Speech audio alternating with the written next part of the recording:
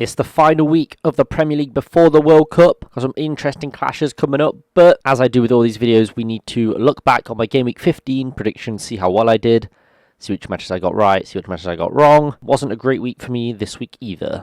I kind of peaked when I got 3 predictions right, and then it's just gone downhill since then. So, yeah, we're not doing well, but hopefully we can reset after the World Cup and do better. Enough waffle. Let's just jump into it with Nottingham Forest versus Brentford. I predicted 2-1. It's actually 2-2. Now, I don't want to go on about this because it was a match we've played a match since then, but we were robbed, quite frankly. I know we should be focused on performances of this match, you know, who did well, who did what, but Forest were robbed here. That penalty Brentford got should not have been given. If you haven't given I think it was 3 penalty shouts Nottingham Forest had. I mean, Henderson played the ball firstly, he touched the ball. And then the Brentford player wasn't even calling for a penalty, and then the ref didn't give a penalty until VAR was like, give a penalty. It was never a penalty. And if it was, why didn't Forest get their penalties, eh? So yeah, shocking officiating. I'm not mad at Brentford's second goal because it was a good goal. They just dinked the keeper. So I would have got this prediction right if it wasn't for the stupid fucking officials. Despite that, I thought Forest played well. You know, it's the best I've seen. Well, it was the second best I've seen the side until we played Tottenham in the Cup yesterday. But yeah, we looked great. Gibbs White got his first Forest goal, and what a goal it was. I'm really happy that he's started. I'm really happy he got his first goal because I know he's been trying to score in the games he's played. So to finally get that goal will be a huge boost of confidence for him. So I'm glad he's done that. Brentford played well as well. They really dominated the second half, I felt. And there are a few errors from Forest which will need to be addressed. But we put in a good shift despite playing against 12 men. And I'd just like to say, you know, the Brentford fans were great as well. I thought they were some of the best fans we've seen at the City Ground this season. So fair play. And then move on to Wolverhampton Wanderers versus Brighton Hove Albion. Now, I predicted 3-1 to Brighton. It was actually 3-2 to Brighton. And fair enough, this game was all over the place. But it did give De Zerbi his first win on the road after a valiant Brighton performance. The majority of the action happened in the first half, with 4 goals being scored then, before the whistle. Wolves responded well to Brighton's first goal. So they went ahead through a penalty, but then unfortunately went down to 10 men again. This seems to be pretty common for Wolves this season. First Man City and now against Brighton. It's not looking good, boys. Wolves held up well in the second half, but Mitoma had been causing Wolves problems throughout the match and was a big part of that gross goal, which was the killing blow to Wolves. Brilliant football from De Zerbi's side. They're looking like a proper good team. And just calling back to the Carabao Cup, they could have a really good cup run as they just knocked out Arsenal. So it's going to be interesting to see what they do this season. But I think De Zerbi's finally properly settled in to that Brighton team, and I think they're gonna be a very, very tough side to beat coming forward. And then we move on to Manchester City versus Fulham. I predicted 4-1 to Man City. It was actually only 2-1, and this actually shocked me because I was at the Forest game, so I didn't really get many updates about this game until afterwards. So I was shocked to find out what the result was, but I'm so glad the FPL website and app was down because I was planning to captain Cancelo right before I left for the Forest match, and luckily I was stopped from doing that. Fulham held up well against City, and despite being without Mitrovic, managed to score a much-deserved penalty. Haaland started on the bench and came off to rescue City with a really suspect penalty. De Bruyne went down under very little pressure, and City were given a spot kick. This one hurts especially watching it just after that Forest game. Fucking hell. But Haaland just about converted to seal the 3 points for City. But it was very well played by Fulham. They held out really well against City, despite them going down to 10 men. Or despite City being down to 10 men, that did affect City's momentum. But they still held out well. And I honestly think they deserved a draw, to be fair. It was a really soft penalty to give away. So Fulham fans should feel hard done by that because, you know, they deserved at least a point. And then move on to Leeds versus Bournemouth. Now this game was crazy, and I'm not sure what Leeds have been taking recently, but they've really come back. Anyway, I predicted 2-1 to Leeds. It's actually 4-3. I know, what a fucking 7-goal thriller at End Road. And it was that man Somerville again who grabbed the winner again. We'll do a little timeline, right? Leeds went ahead, then it was 3-1 to Bournemouth, then it was 3-3, and then it was 4-3. What a crazy game. Both teams played well, but I think the turning point was when Greenwood came off the bench for Leeds. He scored 6 minutes after being introduced, then set up the equaliser as well. I think Bournemouth really dominated the first half before Leeds took control in the second. But Bournemouth really should have held on to their 2-goal lead. But Marsh lives another day after turning around his Leeds fortunes. First Liverpool, and now Bournemouth. Not really comparable, I don't think. But you know what? Win's a win. Fair play. And then move on to our final game of Saturday, and that's Everton versus Leicester. I predicted a 1-0 draw. Actually 2-0 to Leicester. And the Foxes tore into the Toffees with a committed attacking performance, which I really did not expect to see. An absolute rocket from Tielemans to open the scoring really set the stage for this clash. Maddison provided for both goals for Leicester, despite not getting a goal himself, and set up Barnes, who scored a brilliant chance as well. Everton had plenty of chances, but just couldn't finish them, and will be kicking themselves at all their missed opportunities, because there was quite a few. They just couldn't get their finishing boots on, which is unfortunate for them, but a deserved win for Leicester. I think they were the much better side. And finally, the Sunday fixtures, and we start with Chelsea versus Arsenal. I predicted 3-1 to the Arsenal. It was actually only 1-0. Now, I couldn't see Chelsea getting anything out of this match, and I was correct. But I didn't expect it to be such a low-scoring clash. You know, it's a derby. I thought everyone would be fired up for it, but just a little 1-0. It was a Gabriel header that sealed all 3 points for Arsenal. As Arsenal are dominating the league, they also dominated Chelsea throughout this match. Chelsea did have the chances, to be fair, but they were few and far between compared to Arsenal. Potter did have a brilliant run as a Chelsea manager before this, but that's somewhat stalled, and Cucurella looked like he wanted a hug during that corner. What is that defending? And then we move on to what I consider to be the biggest shock of the week in Aston Villa versus Manchester United. Now, I predicted just a 2-0 Man United win. It's actually 3-1 to Aston Villa, and fair play to the villains for that one. But this was shocking. Emery marked his return to the Premier League with this superb win over Manchester United. Emery told the media before this game that the players have to impress him or they'll be out, and that's exactly what they did. Villa outplayed United in every aspect. Maybe Ten Hag should have stuck Maguire up front again to try and level this scoring, but whatever he tried, I don't think it would have worked, because Aston Villa were just a different team on Sunday. It was actually crazy to watch. After getting battered by Southampton, this is a remarkable turnaround from Villa, and they will have filled them with confidence coming up to the break. Hopefully they can take that momentum into the Cup, which they're playing tonight, and then into the upcoming Premier League fixture just before the World Cup. It'll put them in a good place to turn around their fortunes after the break. And then move on to Southampton versus Newcastle. I predicted 3-0 to Newcastle. It was actually 4-1, so I got the margins correct. But Newcastle continued their brilliant run and moved to third in the table. A point ahead of Tottenham and just 5 behind City, which I think they could close down pretty easily. Almiron scored once again another dominant display from Newcastle. This match also saw Hassan Hutel get the sack, which I think was a bit unfair in my opinion, as Newcastle are a brilliant side this season, and it was always going to be a tough clash for anyone. So I don't think he should have got the sack after this match, but that's what Southampton chose to do. Southampton could have scored more, but Elyounoussi and Adams both missed glorious chances, which would have put Southampton ahead, but clinical efforts from Wood and Willock would have cancelled out that lead anyway. Newcastle were dominant throughout, as expected. It's a shame Southampton sacked their manager, but yeah, it's a well-deserved third place for Newcastle. Especially coming into the break as well, that's a really good position to be in. And then we move on to West Ham United versus Crystal Palace. I predicted 2-1 to West Ham. It was actually 2-1 to Crystal Palace. Palace ended the Hammers' home win run with goals from Zaha and Elise to send all 3 points to the other bit of London. The Hammers went ahead through a Benrahma strike, but that was cancelled out by a Zaha strike. But West Ham could have grabbed a point with a penalty shout, but that was waved away. Antonio broke on the counter and went down in the box, but it was not deemed worthy of a penalty after a VAR review. Must be nice having VAR on your side. Zaha found Elise deep on in injury time, who cut it from the right and had his shot deflected over Fabianski. Brilliant performance from Palace. Don't do that this week, please. And then move on to Tottenham and Liverpool. I predicted 3-1 to Tottenham. It was actually 2-1 to Liverpool. And in classic Liverpool fashion, they beat a side above them in the table after losing to 2 relegation zone teams. And Tottenham spurs it up yet again, despite the very defensive strategy Conte went for. Mo Salah put 2 past them and secured all 3 points for Liverpool. He's getting into some form now, so yeah, second half of the season I think will be really, really good for Liverpool and turn around their fortunes. Kulusevski came on and turned the game around for Spurs, assisting in their first goal, and Spurs kept trying to get that equaliser but just couldn't break down Liverpool, unfortunately for them. But on this, when Kulusevski came on, they looked like a much better team. It's just a shame that he couldn't start for them, but hopefully this week he's going to start for Spurs. So yeah, some shocking officiating really ruined my week, but yeah, that's all I can really say.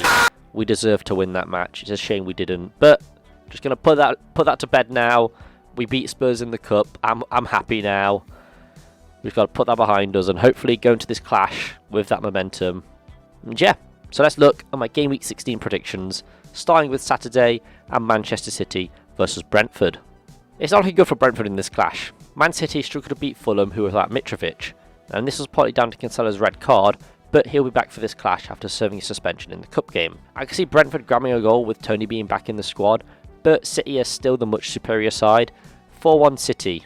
Again, Man City have not lost to Brentford since 1989, and it's looking like that run will continue here, with Brentford failing to win in 5 matches and not winning in their last 5 away matches either. I expect Haaland to start this match, and he should bag multiple goals on his return. I think he's more than capable of that, especially against Brentford. Like, yeah, they have a decent defence, but this is Erling Haaland we're talking about. I'm expecting him to score at least 2. If he doesn't, I'm coming for you. And then we move on to Liverpool versus Southampton. Now, this is a strange one because Southampton have just appointed their new manager, Nathan Jones of Luton. Now, the last time he left Luton to manage a club didn't go too well, but maybe Southampton will be different. Everything tells me Liverpool will win this match, and that's what you assume. But if you look at their last 3 league matches, they beat a team 10 points above them and lost to 2 relegation zone teams. So really, Liverpool could lose this. They didn't look too assured against Derby in the cup, but again, that was a different side. Saying that though, I do think Liverpool are back to their normal ways and they should beat Southampton, who at the time of writing have just appointed a new manager. He's not going to have a lot of time to work with the team before this clash. So it's going to be tough for Southampton, but I think 3-1 Liverpool. I can't see Southampton getting anything from this clash at Anfield. Since Liverpool's shock loss to Southampton in 2021, they've beaten them in their last 3 clashes. But with Southampton currently sitting in the relegation zone, it's the perfect recipe to give Liverpool another shock. And if they lose to Southampton before the break, Klopp's not going to be happy if they lose anyway, but especially before the break, he's going to... All those players that aren't going to the World Cup, they're in for some wrath, I think. And then we move on to Bournemouth versus Everton. Now, these 2 teams sit next to each other in the table and have just clashed in the EFL Cup, with Bournemouth coming out victors. In head-to-head history, it's all tied up with 12 matches played, both of which have won 5, and only drawn 2. I'm going to say 2-1 to Bournemouth. I think the Bournemouth will be the victors here. They've done well at home this season, and with that performance against Tottenham, is a real point of what they can achieve when playing at home. I think that's a good indicator of what they might be able to do here against Everton. I can't see it being a high-scoring match with Pickford being in good form, and Bournemouth not keeping a clean sheet in 7 matches. Yeah, but I think both teams are quite evenly matched, and I think either could take it, really. But I think with it being at the Vitality Stadium, it gives Bournemouth the advantage, and I think they'll just manage to scrape 3 points. And then we move on to West Ham United versus Leicester City. Now, this is another evenly matched clash with both teams sitting on 14 points. Both teams have been playing well this season despite their rocky starts, and it's quite a tough match to call if I'm honest. West Ham's home win record was broken by Palace last week, so they'll be looking to start another run, whereas Leicester's keeper, Ward, is coming to some brilliant form as of late after a bad start to the season. I know we were all clowning on him at one point, but he's turned it around and fair play to him. I'm going to say a 2-2 draw. I think both teams will draw this match. Leicester have scored almost double the goals West Ham have, but have also conceded a lot more too. I think they'll split the points here, especially if players like Maddison are called up and not looking to get injured before the World Cup. I am recording this just a couple of hours before Southgate announces his squad, and there's rumours swirling that Maddison isn't in the squad. But if he is, he's going to be being a bit more reserved. Obviously, you'll see him post if he's in the squad. And then move on to Tottenham Hotspur versus Leeds United. Unfortunately for Spurs, Leeds are in good form at the moment, with their shock win over Liverpool acting as a catalyst to turn around their season. Tottenham have been perfectly Spursy recently, and honestly, this match could go either way. But Tottenham do have 2 victories over Leeds in their final 2 clashes. So I'm going to say 3-2 to Tottenham. Both Tottenham and Leeds have not kept a clean sheet in their last 6 matches. And I think the Spurs Stadium will be the decider here. We know they ran right at Anfield, but neither team were playing that well, to be honest. Both Tottenham and Leeds were knocked out of the cup, so they'll both be looking to turn that around. But I think Tottenham are personally the better side at the moment. I think Conte should give Spence a start because he looked brilliant when he came on. I'm not sure what he's got against him because he is a good player. If he starts against Leeds, he's going to really impress. And then move on to Nottingham Forest versus Crystal Palace. Now, this is a huge match for Forest, as it will be great for them to go into the break with a win under their belt. But Palace are also a good side that have class within their ranks. Forest currently sit bottom of the table with Palace sitting in 10th, so that is in favour of the London side, but my faith is in Forest, and the only way is up. It's probably bordering on insanity at this point, but I think we'll win 2-1. Forest played really well against Brentford and really well against Tottenham too. Steve Cooper's going to have a real headache on his hands of who to pick because the side against Tottenham were insane, they were amazing, but we also played well against Brentford, as I mentioned, so it's going to be tough for him. We'll be looking to continue that level of performance that we've got going on, and I think we will. I can see Zaha scoring as he is a class player and he's really, really good. If he plays in the centre as well, he's going to be very dangerous. But Forest have showed up their defence quite well of recent and should be able to shut out most Palace chances. The City ground will definitely help Forest here. If we can get a win just before the break, we'll turn it around for sure. And then move on to Newcastle United versus Chelsea. Normally you'd think Chelsea would win this clash as they have in the past. Looking at this Newcastle side, they're in incredible form and they're looking a lot better than Chelsea at the moment. Newcastle are currently sitting 3rd in the table, whereas Chelsea are sitting in 7th. I never thought this would happen in my lifetime, but here we are. St James's Park will play a huge factor in this clash. I think their atmosphere is insane. I'm going to say 3-1 to Newcastle. I can see Newcastle dominating Chelsea here. Potter's reign over Chelsea started really well with a decent unbeaten run, to be fair. Their form in the league has dropped off somewhat since then. Newcastle's form has only gone up this season with goals coming from many, many players. They've got a lot of goal scorers, which is more of a bonus to Newcastle than a negative because you can just set up anyone and they might score a goal. Chelsea have not kept a clean sheet in 5 matches, and with players like Almiron in such form, this could spell disaster for Chelsea. I don't think Potter will get the sack. I know some Chelsea fans are already calling for that, but you've got to give your manager time. Even if he loses to Newcastle, he's not going to get the sack because these are a really good team at the moment, and it's just before the break where he can really, start pushing more ideals onto this Chelsea side and maybe switching up his tactics, seeing what works, seeing what doesn't. And for the final Saturday clash, we've got Wolverhampton Wanderers versus Arsenal. It's not looking good for Wolves as they currently sit in the relegation zone while Arsenal currently sit top. Now, Wolves have recently appointed Lopetegui, but he will not be in the dugout for this clash. He's only going to start work with Wolves during the break. I'm going to say 3-1 to Arsenal. I think Arsenal easily beat Wolves here. The Gunners' away form is just as good as their home form, so it doesn't really matter where they play, they are still going to put on a really good performance. Wolves have begun to fix their goal-scoring woes, but I can't really see them scoring much against this Arsenal side. They may be able to grab a goal because they do have the quality players to do that, but I think Arsenal are just going to outscore Wolves anyway because, well, have you seen this Arsenal side this season? They're insane. And then move on to Sunday's fixtures, and we start with Brighton and Hove Albion versus Aston Villa. Now, the form of both teams has been up and down this season, with Brighton doing the better of the two. Emery has officially taken charge of Aston Villa, and in his first match in charge, they thumped Manchester United 3-1. Brighton have come into some good form this season. I think De Zerbi is finally settled, and we're hoping that hosting this game will give them an advantage, and I think it will. I'm going to say 3-1 to Brighton. Villa haven't scored in 2 away matches, and I think they will end that streak here, but I can't see them being able to topple Brighton, despite their bright start to life under Emery. I think Brighton will just be a bit too much for this Villa side, especially in the Amex. And finally, we've got Fulham versus Manchester United. Fulham host the other Manchester side, another team which they haven't beaten since 2009. Fulham could still without their starman Mitrovic, which will hurt them. I don't think he wants to take any risk of getting injured just before the World Cup as well. If he does, he's not going to be a happy bunny. But they do have other players who can score goals, as we've seen. United were having a decent run before they came up against Villa, where they got a shock to their system. But I think they'll win this match. I'm going to say 1-0 to United. I think they'll just squeeze a win here. Fulham have done well this season and held up well against City, but they were down to 10 men. Despite the loss, it will fill them with confidence that they can go up against these big teams and get a result. United are a good side under Ten Hag, but currently have been outscored by Fulham, which is kind of crazy to think about. United should win this match if they look to keep their top 4 hopes alive, and will be hoping to go into the World Cup level on points with Tottenham at the very least. So yeah, those are my Game Week 16 predictions. I hope I do better than I did last week. Yeah, this is the last game week before the World Cup, so a lot of players will probably not be on their best game as they look to keep fit if they're in the World Cup squad. It's going to be interesting to see who England actually calls up because, as I said, it's not been released yet. I hope you guys have enjoyed this video. If you have any different predictions from me, please leave them down below. I love seeing what other people are saying. Even if I don't respond to the comment, I still enjoy it. So yeah, I've been O2GT. If you have enjoyed this video, be sure to leave a like, subscribe down below, and I'll see you guys in the next video. Peace.